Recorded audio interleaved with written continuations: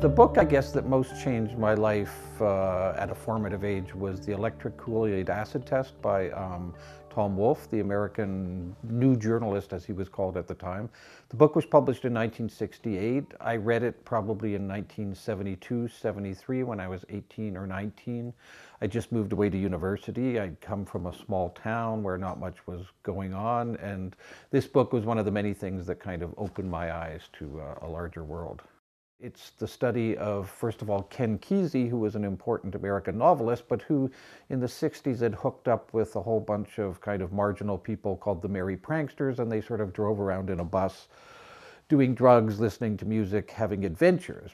Tom Wolfe is seen as one of those who helped revolutionize, especially magazine journalism in the 1960s, by trying to really capture the feel of whatever world he got into. And in this book, although Tom Wolfe, I think in real life, is a fairly conservative guy, the book sort of really tries to convey some of the impression of what it means, you know, to be having an LSD trip, or to be stoned, or driving around whacked out of your mind. And I think it works. I reread the book every 5 to 10 years. I keep waiting for it to start to seem really dated, and it does a little bit, but it's still, I think, very powerful.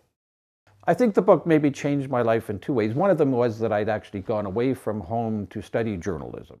I think it gave you an idea of how exciting journalism could be. And then there was just also the content of the book, the fact that it just showed a bunch of people originally having lots of fun on the margins of society. Some of it went bad, as we know so much of the 60s went bad, but I think it was just a glimpse of a much kind of freer life, perhaps, than I or most people I know had had up until that point.